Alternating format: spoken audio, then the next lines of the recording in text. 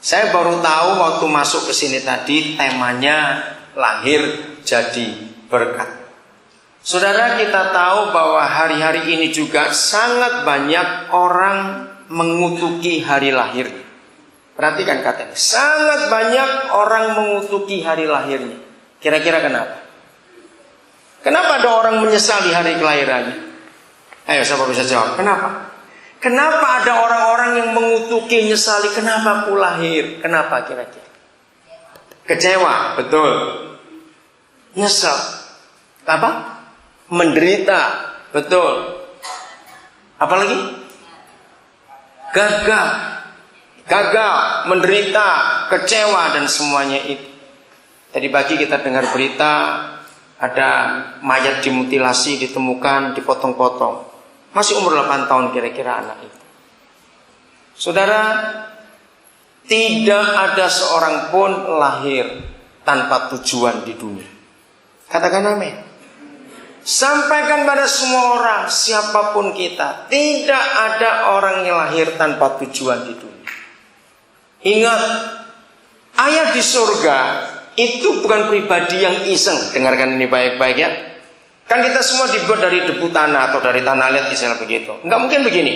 Satu hari Tuhan kita lagi jalan-jalan, terus dia lihat gundukan tanah liat banyak sekali, terus dia duduk iseng, terus dipelintir-pelintir, digulung-gulung gitu, jadi kepala, jadi tangan. Bisa bayangkan itu, terus kasih mata, kasih rambut, terus disebuli satu-satu, tiup, ada nafas. Kira-kira gitu enggak dia?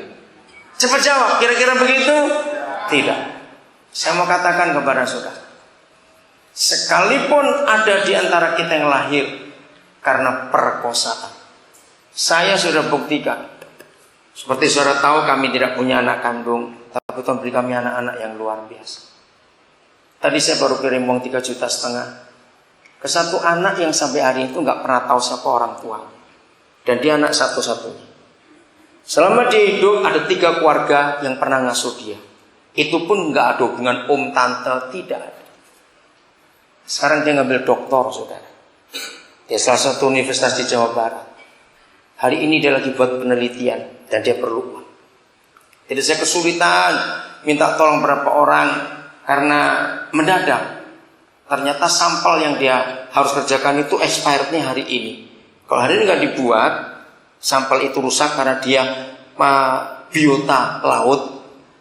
Nah, terus saya bingung bagaimana. Sampai tadi saya duduk di belakang situ, masih belum ketemu. Akhirnya saya ingat seseorang, coba. Jadi uang cashnya ada, tapi 6 ATM BCA untuk store tunai tutup semuanya. Mungkin karena Sabtu nggak sengaja dibuka. Nah, saya bilang tunggu sebentar. Jam 2 terakhir. Kalau enggak saya harus cari sampel lagi. Dan cari sampelnya jauh ke Laut Banda sana, saudara. Tapi Tuhan baik, bisa ditolong itu. Nah, ini salah satu dari sekian anak yang saya lihat sendiri. Nggak tahu siapa orang tuanya. Dia punya hak untuk kecewa, kenapa aku dilahirkan. Tapi sekarang luar biasa. Dia menekuni racun-racun laut. Waktu saya temukan dia masih SMP, saudara. Belum tahu tujuan hidupnya itu kemana, belum tahu. Saya bimbing dia. SMP lulus.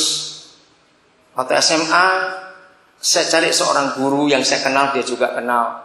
Akhirnya tinggal dengan guru itu. Saya ingat waktu itu, setiap Kamis sore, jam 4 waktu kota itu dia ada. Saya di negara manapun, baik di Indonesia, itu sudah jamnya dia tunggu telepon saya, anaknya. Tiap Kamis.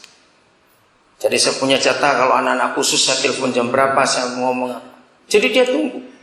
Kalau saya nggak bisa karena lagi perjalanan, saya harus jauh-jauh hari sebelumnya beritahu. Rabunya atau Jumat. Jadi saya ngerti maksudnya itu. Hebat. Tanggal 2 November yang lalu, saya kumpul dengan 3 anak. 2 wisuda S2, 1 D3.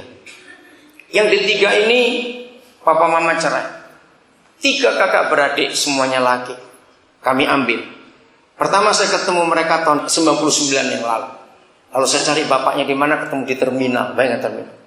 Dari tahun itu sampai hari ini, bapaknya nggak pernah ngubungi kami. Padahal saya tahu, yang satu sudah jadi pramugara di satu penerbangan, anak nomor 2. Yang nomor 3 baru sudah akhir Oktober yang lalu. Yang satu sering jadi hamba Tuhan pelayanan di Bali, pinter bahasa Inggrisnya, pinter bahasa Jermannya. 3 anak kakak beradik. Nah yang 2 itu master. Satu master hukum dari Gajah Mada, itu anak pedalaman. Waktu kami dapat dia itu tahun 96. Dia datang ke rumah kami di Nabire. Biasa orang Papua bilang, "Papa mau cebut rumput." Kalau mereka sudah bilang mau cebut rumput, berarti mereka mau cari uang untuk sekolah. Berapa hari kami lihat anak itu baik. Terus kami jangan tinggal di rumah. SMP lulus, SMA lulus, S1 dia lulus. Lulus S1 itu sospol. Tiba-tiba dia ingin ngambil master hukum. Setelah dia kembali ke kampungnya di Puncak Jaya, dia bilang ingin master hukum. Saya bilang nggak bisa. Kamu tuh sosial politik, ngambil ke hukum mana bisa? Apalagi cita-citanya Gajah Mada, tidak bisa tidak. Bilang, nekat kamu. Saudara, tapi luar biasa. Waktu dia di wisuda tanggal 27 Oktober yang lalu, IP-nya 3,7, dia cum laude, saudara. Anak pedalaman. Sekarang dia adalah orang Dani pertama yang master hukum. Dan waktu selesai wisuda, saya ada di Jogja, lalu siang itu kumpul. Seluruh orang Dani se-Jogja kumpul buat acara adat. Nah, salah satu anak kepala suku memberi sambutan yang sangat mengagetkan saya. Sekarang kita nggak butuh hukum lagi, sekarang kita nggak dibodohi lagi tentang hukum. Karena ada salah satu orang kita yang master hukum. Saya kaget. Terus saya ingat masa lalunya. Anak itu nggak ada harapan apa. Yang kedua master, itu bagian kurikulum. Ini lebih celaka lagi anak. Waktu saya dapat dia, saya lihat rapot SD, SMP, SMA dengan itu tanggal lahir, tempat, bulan, tahun berbeda semua. Saya bilang, jadi kamu tuh lahiran di mana? Tidak tahu. Dia bilang begitu. Saya tidak tahu. Nah, keluarga yang terakhir itu keluarga yang ke-9 yang ngasuh dia. Itu yang saya temui. Saya tanya, jadi ceritanya bagaimana? Kami juga tidak tahu. Kami dititipi oleh suatu keluarga. Waktu anak ini kelas 1 SMA. Bayangkan, 9 keluarga yang ngasuh dia. Dia nggak tahu siapa orang tua. Sana jadi hebat. Dia jadi ahli kurikulum buat sekolah-sekolah kami. Nah, saya bisa cerita banyak anak-anak yang lahir karena dia nggak suka, karena orang tua nggak suka apa-apa. Kemarin saya masih ada di Jayapura. Di satu keluarga, kaget saya saudara. Mereka ini orang Manado. Anak-anaknya sudah besar. Saya sudah agak lama nggak ketemu. Loh, kok ada anak kecil, aki, hitam keriting, pasti anak Papua.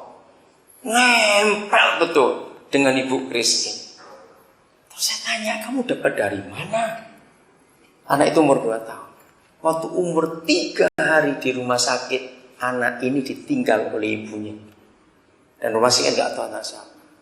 Lalu rumah sakit itu telepon dan diasuh langsung pakai akta lahir atas nama keluarga. Nah, saya lihat anak ini, aduh sudah dekat sekali. Suatu kali kalau dia besar dia akan ngerti karena kulitnya beda. Tapi saya cerita, waktu kemarin diskusi itu, kasih itu mengalahkan segala-galanya. Kalau satu hari anak ini akan tahu, kenapa kulitku hitam, rambutku keriting, mama papaku kok putih, rambutnya lurus. Dia akan pasti bertanya. Tapi saya yakinkan mereka, kasih yang menjawab semuanya itu. Betul tidak, saudara? Nah, dari semua contoh ini, maka lahir itu tidak ada yang salah. Yang terakhir, ini kisah di Jogja. Sudah terjadi beberapa tahun yang lalu. Ini seorang pengusaha punya pabrik kecap, punya usaha banyak sekali, cinta Tuhan. Ya. Dari GKKD Jogja. Suatu hari saya datang ke mereka tanpa janjian, karena saya urusan anak sekolah. Tiba-tiba, loh, kok ada bayi? Bilang, kami ini mau cari kode tentang anak ini, namanya Jeffrey. Masih kecil, saudara, masih belum 2 bulan. Nah, ceritanya itu teman si istri dari pengusaha ini suatu hari lagi belanja biasa di depan rumah, ya belanja, ibu-ibu tetangga kumpul. Nah, datang seorang ibu gendong anak ini, mau belanja juga. Nah, nggak tahu bagaimana ceritanya, aduh, gitu. Nah, perut sakit. Nah, otomatis kan titip dulu anak ini. Ini lagi belanja di depan rumah. Sampai siang sampai malam nggak balik ibu itu.